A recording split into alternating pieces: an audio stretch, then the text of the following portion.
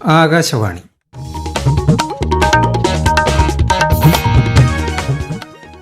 നമസ്കാരം. പ്രാദേശിക വാർത്തകൾ വായിക്കുന്നത് രഞ്ജിത്ത്.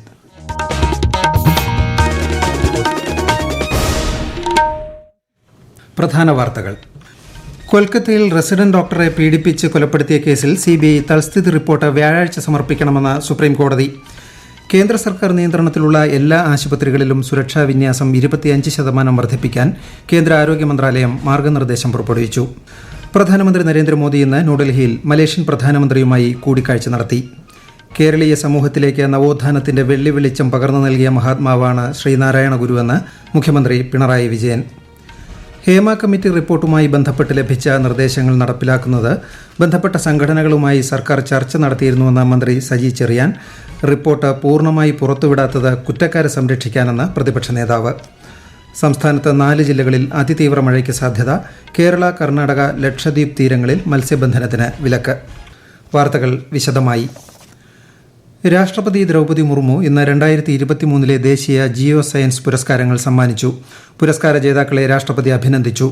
പ്രകൃതി ദുരന്തങ്ങൾ പ്രവചിക്കുന്നതിൽ ശാസ്ത്രജ്ഞർ വഹിക്കുന്ന പങ്ക് ശ്ലാഘനീയമാണെന്ന് രാഷ്ട്രപതി പറഞ്ഞു. രാഷ്ട്രപതി ഭവനിലെ കൾച്ചറൽ സെന്ററിൽ നടന്ന ചടങ്ങിൽ കേന്ദ്രമന്ത്രിമാരായ G. കിഷൻ റെഡ്ഡി, സതീഷ് ചന്ദ്ര ദുബെ എന്നിവർ പങ്കെടുത്തു. കൊൽക്കത്തയിൽ റെസിഡന്റ് ഡോക്ടറെ ബലാത്സംഗം ചെയ്ത് കൊലപ്പെടുത്തിയ കേസിൽ CBI തൽസ്ഥിതി റിപ്പോർട്ട് വ്യാഴാഴ്ച സമർപ്പിക്കണമെന്ന് സുപ്രീംകോടതി. സ്വമേധയാ എടുത്ത കേസ് സുപ്രീംകോടതി ഇന്ന് പരിഗണിച്ചു. സംഭവം നടന്ന ശേഷം ഏറെ വൈകി FIR ഫയൽ ചെയ്തതിൽ കോടതി ആശങ്ക രേഖപ്പെടുത്തി. ആരോഗ്യ പ്രവർത്തകരുടെ സുരക്ഷ ശക്തിപ്പെടുത്തുന്നതിന് 14-അംഗ ദേശീയ കർമ്മസേന രൂപീകരിക്കാൻ കോടതി നിർദ്ദേശിച്ചു. വിവിധ പശ്ചാത്തലങ്ങളിൽ നിന്നുള്ള ഡോക്ടർമാരുടെ സംഘം കർമ്മസേനയുടെ ഭാഗമാകും. രാജ്യത്തുടനീളമുള്ള ആശുപത്രികളിൽ പാലിക്കേണ്ട സുരക്ഷാ ക്രമീകരണങ്ങളുടെ രൂപരേഖ കർമ്മസേന തയ്യാറാക്കണമെന്നും കോടതി പറഞ്ഞു. സംഭവം രാഷ്ട്രീയവൽക്കരിക്കരുതെന്നും ബംഗാൾ സർക്കാർ നിഷേധാത്മക നിലപാട് സ്വീകരിക്കരുതെന്നും കോടതി നിർദ്ദേശിച്ചു. സംസ്ഥാനത്തുടനീളം ക്രമസമാധാനം തകരാറായ സംഭവമാണ് പശ്ചിമബംഗാളിൽ നടന്നതെന്നും കോടതി പറഞ്ഞു. കൊല്ലപ്പെട്ട ഡോക്ടറുടെ പേരും ഫോട്ടോയും പരസ്യപ്പെടുത്തിയതും കോടതി ആശങ്ക രേഖപ്പെടുത്തി.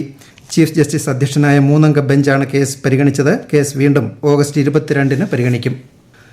കേന്ദ്ര സർക്കാർ നിയന്ത്രണത്തിലുള്ള എല്ലാ ആശുപത്രികളിലും സുരക്ഷാ വിന്യാസം 25% വർദ്ധിപ്പിക്കാൻ കേന്ദ്ര ആരോഗ്യ മന്ത്രാലയം തീരുമാനിച്ചു.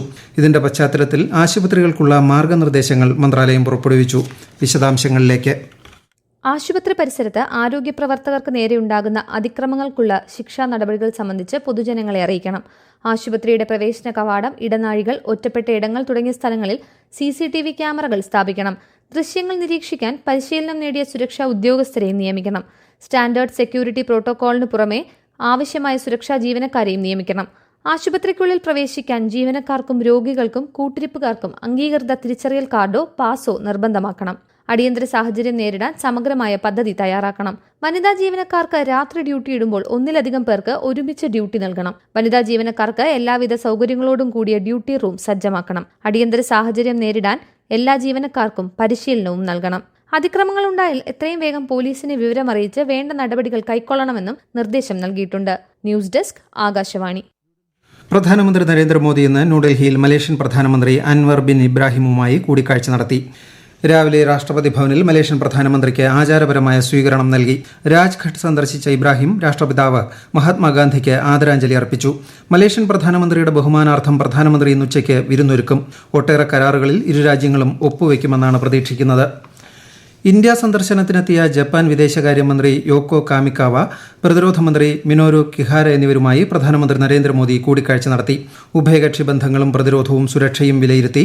ഇന്ത്യയും ജപ്പാനും തമ്മിലുള്ള പങ്കാളിത്തം ഇന്തോ പസഫിക് മേഖലയിൽ ഉൾപ്പെടെ സമാധാനവും സമൃദ്ധിയും പ്രോത്സാഹിപ്പിക്കുമെന്ന് ശ്രീ മോദി പറഞ്ഞു. ഇന്ത്യ ജപ്പാൻ 2+2 മന്ത്രിതല ചർച്ച ഇന്ന് ന്യൂഡൽഹിയിൽ നടക്കും. രാജ്യരക്ഷാമന്ത്രി രാജ്നാഥ് സിംഗ്, വിദേശകാര്യമന്ത്രി ഡോക്ടർ എസ് ജയശങ്കർ, ജപ്പാൻ പ്രതിരോധ മന്ത്രി കിഹാര മിനോരു, വിദേശകാര്യമന്ത്രി യോക്കോ കാമിക്കാവ എന്നിവർ യോഗത്തിൽ പങ്കെടുക്കും. 2+2 സംഭാഷണത്തിന്റെ ഭാഗമായി ഇന്ത്യ ജപ്പാൻ പ്രതിരോധ മന്ത്രിതല ഉഭയകക്ഷി കൂടിക്കാഴ്ചയും നടക്കും. 2+2 കൂടിക്കാഴ്ചയിൽ ഉഭയകക്ഷി സഹകരണം അവലോകനം ചെയ്യുകയും ഇരു രാജ്യങ്ങളും തമ്മിലുള്ള ഇടപെടലുകൾ കൂടുതൽ ശക്തിപ്പെടുത്തുന്നതിനുള്ള മാർഗങ്ങൾ ആരായുകയും ചെയ്യും. ഇന്ത്യയുടെ മുൻ പ്രധാനമന്ത്രി രാജീവ് ഗാന്ധിയുടെ 80-ാം ജന്മദിനമായി ഇന്ന് രാജ്യം സദ്ഭാവനാ ദിനം ആചരിക്കുന്നു. ജന്മവാർഷികത്തിൽ പ്രധാനമന്ത്രി നരേന്ദ്രമോദി അദ്ദേഹത്തിന് ശ്രദ്ധാഞ്ജലി അർപ്പിച്ചു. ഇന്ത്യൻ ചരിത്രത്തിൽ ഏറ്റവും പ്രായം കുറഞ്ഞ പ്രധാനമന്ത്രിയായിരുന്നു അദ്ദേഹം. രാജ്യത്തിന്റെ പുരോഗതിക്കായി നിരവധി നൂതന ആശയങ്ങൾ ആവിഷ്കരിച്ച് നടപ്പിലാക്കിയ വ്യക്തിയായിരുന്നു രാജീവ് ഗാന്ധി. ഇന്ത്യയും മലേഷ്യയും തമ്മിലുള്ള വ്യാപാര ബന്ധം ഏറെ പ്രധാനമെന്ന് ന്യൂഡൽഹിയിൽ നടന്ന ഇന്ത്യ മലേഷ്യ സിഇഒ ഫോറത്തിൽ കേന്ദ്ര വാണിജ്യ വ്യവസായ മന്ത്രി പീയൂഷ് ഗോയൽ. വിദ്യാഭ്യാസം, ആരോഗ്യം, അടിസ്ഥാന സൗകര്യം, വിനോദസഞ്ചാരം, ഡിജിറ്റൽ സമ്പദ് വ്യവസ്ഥ, ഇ-കൊമേഴ്സ്, ഹരിതവും സുസ്ഥിരവുമായ ഊർജ്ജം എന്നിവയുൾപ്പെടെ നിരവധി മേഖലകളിൽ സഹകരണം വർദ്ധിപ്പിക്കുന്നതിനുള്ള സാധ്യതകളുണ്ടെന്ന് കേന്ദ്രമന്ത്രി പറഞ്ഞു. പ്രധാനമന്ത്രി നരേന്ദ്രമോദിയുടെ പോളണ്ട് യുക്രൈൻ സന്ദർശനത്തിന് നാളെ തുടക്കം. 2 ദിവസത്തെ സന്ദർശനത്തിനായി പോളണ്ടിലെത്തുന്ന പ്രധാനമന്ത്രി പോളിഷ് പ്രസിഡന്റ്, പ്രധാനമന്ത്രി ഉൾപ്പെടെയുള്ളവരുമായി കൂടിക്കാഴ്ച നടത്തും. 45 വർഷങ്ങൾക്ക് ശേഷമാണ് ഒരു ഇന്ത്യൻ പ്രധാനമന്ത്രി പോളണ്ട് സന്ദർശിക്കുന്നത്. ഇരു രാജ്യങ്ങളും തമ്മിലുള്ള നയതന്ത്ര ബന്ധത്തിന്റെ 70ാം വാർഷികം പൂർത്തിയാകുന്ന വേളയിലാണ് ശ്രീ മോദിയുടെ പോളണ്ട് സന്ദർശനം. പോളണ്ടിലെ ഇന്ത്യൻ സമൂഹവുമായും വ്യവസായികളുമായും അദ്ദേഹം സംവദിക്കും. ഹേമ കമ്മിറ്റി റിപ്പോർട്ടുമായി ബന്ധപ്പെട്ട് ലഭിച്ച 24 നിർദ്ദേശങ്ങളും നടപ്പിലാക്കുന്നതിന് അമ്മ, WCC എന്നീ സംഘടനകളുമായി ഗവൺമെന്റ് നേരിട്ട് ചർച്ച നടത്തിയിരുന്നുവെന്ന് മന്ത്രി സജി ചെറിയാൻ. ജുഡീഷ്യൽ സ്വഭാവമുള്ള കമ്മീഷന്റെ നിർദ്ദേശമുള്ളതുകൊണ്ടാണ് റിപ്പോർട്ട് പുറത്തുവിടാതിരുന്നതെന്നും മന്ത്രി മാധ്യമങ്ങളോട് പറഞ്ഞു. ഹേമ കമ്മിറ്റി റിപ്പോർട്ട് സർക്കാർ പുറത്തുവിടാത്തത് കുറ്റക്കാരെ സംരക്ഷിക്കാനെന്ന് പ്രതിപക്ഷ നേതാവ് VD സതീശൻ. സർക്കാർ വേട്ടക്കാർക്കൊപ്പമാണെന്ന് അദ്ദേഹം ആരോപിച്ചു. നടന്നത് ക്രിമിനൽ കുറ്റമാണെന്നും എത്രയും വേഗം കേസെടുത്ത് അന്വേഷണം നടത്തുകയാണ് വേണ്ടതെന്നും അദ്ദേഹം പറഞ്ഞു. ഹേമ കമ്മിറ്റി റിപ്പോർട്ടിൽ അതീവ ഗുരുതരമായുള്ള വെളിപ്പെടുത്തലുകൾ ഉള്ള സ്ഥിതിക്ക് സർക്കാർ എന്ത് നടപടിയെടുത്തുവെന്ന് ജനങ്ങൾക്കറിയണമെന്ന് മുൻ കേന്ദ്രമന്ത്രിയും BJP നേതാവുമായ V മുരളീധരൻ. കേരളത്തിലെ സ്ത്രീകൾക്ക് ജീവിക്കാൻ കഴിയാത്ത സാഹചര്യമാണ് നിലവിലുള്ളതെന്നും അദ്ദേഹം ആരോപിച്ചു. സമൂഹത്തിന്റെ ജീർണത മുഴുവൻ പ്രതിഫലിപ്പിക്കുന്ന റിപ്പോർട്ടാണ് ഹേമ കമ്മീഷന്റേതെന്ന് CPIM സംസ്ഥാന സെക്രട്ടറി MV ഗോവിന്ദൻ. തുല്യതയ്ക്കായി പോരാടുന്നതിൽ സ്ത്രീകൾക്കൊപ്പം മുഴുവൻ സമൂഹവും അണിചേരണമെന്നും അദ്ദേഹം മാധ്യമങ്ങളോട് പറഞ്ഞു. ശ്രീനാരായണ ഗുരുവിന്റെ ആശയങ്ങൾക്ക് കാലാനുസൃതമായി പ്രസക്തിയേറി വരികയാണെന്നും കേരളീയ സമൂഹത്തിലേക്ക് നവോത്ഥാനത്തിന്റെ വെള്ളി വെളിച്ചം പകർന്നു നൽകിയ മഹാത്മാവാണ് ശ്രീനാരായണ ഗുരുവെന്നും മുഖ്യമന്ത്രി പിണറായി വിജയൻ. സവർണ മേൽക്കോയ്മയെയും സാമൂഹ്യ തിന്മകളെയും ചോദ്യം ചെയ്ത ഗുരു ജാതീയ ഉച്ചനീചത്വങ്ങൾക്കും സാമ്പത്തിക ചൂഷണങ്ങൾക്കുമെതിരെ ശക്തിയുക്തം നിലകൊണ്ടു. എല്ലാ മതങ്ങളുടെയും സാരം ഒന്നുതന്നെയാണെന്ന് അദ്ദേഹം ലോകത്തോട് ഉദ്ഘോഷിച്ചു. 100 വർഷങ്ങൾക്കിപ്പുറവും ശ്രീനാരായണ ദർശനങ്ങൾക്ക് പ്രസക്തി വർദ്ധിച്ചുകൊണ്ടിരിക്കുന്നതായി ശ്രീ പിണറായി വിജയൻ സമൂഹമാധ്യമത്തിൽ കുറിച്ചു. ശ്രീനാരായണ ഗുരുവിന്റെ 170ാം ജയന്തി സംസ്ഥാനത്തുടനീളം ആഘോഷിക്കുന്നു. അദ്ദേഹത്തിന്റെ ജന്മഗൃഹമായ ചെമ്പഴന്തി ശ്രീനാരായണ ഗുരുകുലത്തിൽ വൈകിട്ട് ജയന്തി സമ്മേളനം മുഖ്യമന്ത്രി പിണറായി വിജയൻ ഉദ്ഘാടനം ചെയ്യും. സംസ്ഥാനത്ത് 2 ദിവസം ഒറ്റപ്പെട്ട ഇടങ്ങളിൽ ഇടിമിന്നലോടുകൂടിയ ശക്തമായ മഴയ്ക്ക് സാധ്യതയെന്ന് കേന്ദ്ര കാലാവസ്ഥാ വകുപ്പ്. പത്തനംതിട്ട, കോട്ടയം, എറണാകുളം, ഇടുക്കി ജില്ലകളിൽ നിന്ന് ഓറഞ്ച് ജാഗ്രത പ്രഖ്യാപിച്ചു. തിരുവനന്തപുരം, കൊല്ലം, ആലപ്പുഴ, തൃശൂർ, കോഴിക്കോട്, കണ്ണൂർ ജില്ലകളിൽ മഞ്ഞ ജാഗ്രത. കേരള, കർണാടക, ലക്ഷദ്വീപ് തീരങ്ങളിൽ മത്സ്യബന്ധനത്തിന് വിലക്കേർപ്പെടുത്തി. രാജ്യത്തെ ഓഹരി വിപണികൾ നേട്ടത്തോടെ വ്യാപാരം ആരംഭിച്ചു. ബോംബെ ഓഹരി സൂചിക സെൻസെക്സ് 395 പോയിന്റ് ഉയർന്ന് 80,820-ലും ദേശീയ ഓഹരി സൂചിക നിഫ്റ്റി 125 പോയിന്റ് ഉയർന്ന് 24,697-ലും വ്യാപാരം തുടരുന്നു.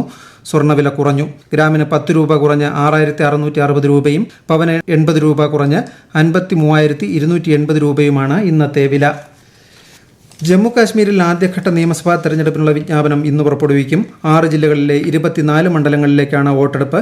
ഈ മാസം 27 വരെ നാമനിർദ്ദേശ പത്രിക സമർപ്പിക്കാം. പ്രസിദ്ധമായ കണ്ണൂർ മുഴക്കുന്ന മൃദംഗ ശൈലേശ്വരി ക്ഷേത്രത്തിൽ അടിസ്ഥാന സൗകര്യങ്ങൾ വർദ്ധിപ്പിക്കുന്നു. മലബാർ ദേവസ്വം ബോർഡിന്റെ നേതൃത്വത്തിലാണ് നവീകരണ പ്രവർത്തനങ്ങൾ നടക്കുന്നത്. വിശദാംശങ്ങളുമായി ആകാശവാണി കണ്ണൂർ ജില്ലാ പ്രതിനിധി KO ശശിധരൻ. 4,25,00,000 രൂപയുടെ അടിസ്ഥാന സൗകര്യ വികസനമാണ് നടപ്പാക്കുന്നത്. ചുറ്റുമതിൽ, ഊട്ടുപുര നവീകരണം, പ്രദക്ഷിണ വഴി കല്ലുപാകൽ, കൊടിമര പ്രതിഷ്ഠ, നടപ്പന്തൽ നിർമ്മാണം എന്നിവയാണ് പൂർത്തിയായി വരുന്നത്. മാലിന്യ നിർമ്മാർജ്ജന പ്ലാന്റ്, സോളാർ സംവിധാനം എന്നിവയും ദേവസ്വം ബോർഡിന്റെ നേതൃത്വത്തിൽ നടപ്പാക്കുമെന്ന് Malabar Devaswom board president MR Murali അറിയിച്ചു. ദേവസ്വം ഓഫീസ് ഉൾപ്പെടെയുള്ള കെട്ടിട നിർമ്മാണത്തിന് കിഫ്ബിയിൽ നിന്ന് അനുവദിച്ച 3.5 കോടിയുടെ പ്രവൃത്തിയും ടൂറിസം വകുപ്പ് അനുവദിച്ച 3.5 കോടിയുടെ പഴശ്ശി മ്യൂസിയത്തിന്റെ നിർമ്മാണവും പൂർത്തിയാക്കും. പ്രധാന വാർത്തകൾ വീണ്ടും. കൊൽക്കത്തയിൽ റെസിഡന്റ് ഡോക്ടറെ പീഡിപ്പിച്ച് കൊലപ്പെടുത്തിയ കേസിൽ CBI തൽസ്ഥിതി റിപ്പോർട്ട് വ്യാഴാഴ്ച സമർപ്പിക്കണമെന്ന് സുപ്രീം കോടതി. കേന്ദ്ര സർക്കാർ നിയന്ത്രണത്തിലുള്ള എല്ലാ ആശുപത്രികളിലും സുരക്ഷാ വിന്യാസം 25% വർദ്ധിപ്പിക്കാൻ കേന്ദ്ര ആരോഗ്യ മന്ത്രാലയം മാർഗനിർദ്ദേശം പുറപ്പെടുവിച്ചു. പ്രധാനമന്ത്രി നരേന്ദ്രമോദി ഇന്ന് ന്യൂഡൽഹിയിൽ മലേഷ്യൻ പ്രധാനമന്ത്രിയുമായി കൂടിക്കാഴ്ച നടത്തി. കേരളീയ സമൂഹത്തിലേക്ക് നവോത്ഥാനത്തിന്റെ വെള്ളി വെളിച്ചം പകർന്നു നൽകിയ മഹാത്മാവാണ് ശ്രീനാരായണ ഗുരുവെന്ന് മുഖ്യമന്ത്രി പിണറായി വിജയൻ. ഹേമ കമ്മിറ്റി റിപ്പോർട്ടുമായി ബന്ധപ്പെട്ട് ലഭിച്ച നിർദ്ദേശങ്ങൾ നടപ്പിലാക്കുന്നതിന് ബന്ധപ്പെട്ട സംഘടനകളുമായി സർക്കാർ ചർച്ച നടത്തിയിരുന്നുവെന്ന് മന്ത്രി സജി ചെറിയാൻ. റിപ്പോർട്ട് പൂർണ്ണമായി പുറത്തുവിടാത്തത് കുറ്റക്കാരെ സംരക്ഷിക്കാനെന്ന് പ്രതിപക്ഷ നേതാവ്. സംസ്ഥാനത്ത് 4 ജില്ലകളിൽ അതിതീവ്ര മഴയ്ക്ക് സാധ്യത. കേരള, കർണാടക, ലക്ഷദ്വീപ് തീരങ്ങളിൽ മത്സ്യബന്ധനത്തിന് വിലക്ക്. പ്രാദേശിക വാർത്തകൾ കഴിഞ്ഞു. അടുത്ത വാർത്താ പ്രക്ഷേപണം 12:50.